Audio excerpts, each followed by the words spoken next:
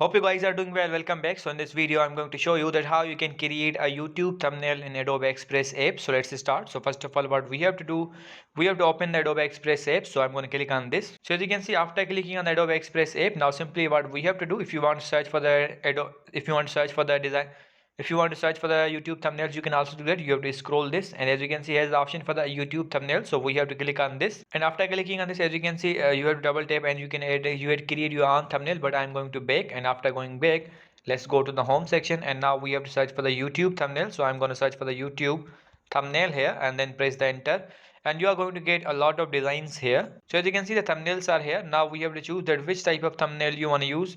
For example, I want to use this one, so I'm going to click on this, and after clicking on this, as you can see, has the option for the remix this template. So I'm going to click on it. So as you can see, the design is, so as you can see, the template, so as you can see, the thumbnail is open. Now if you want to edit this or change the image or edit the text or whatever you want to do, you can also do that.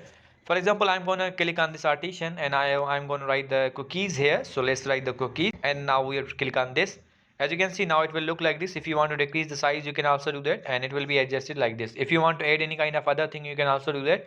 You have to click on the add, and after clicking on the add, for example, I'm going to design assets, and now we have to search for the edits. For example, I want to search for the cookies, so let's search for the cookies, and now let's search. So for example, I want to add this one, so I'm going to click on this, and after clicking on this, simply we have to select this, and then let's click on the add, and after clicking on the add, now we have to choose that where you want to place this. For example, I'm going to decrease the size and put it here. As you can see, it will be adjusted here.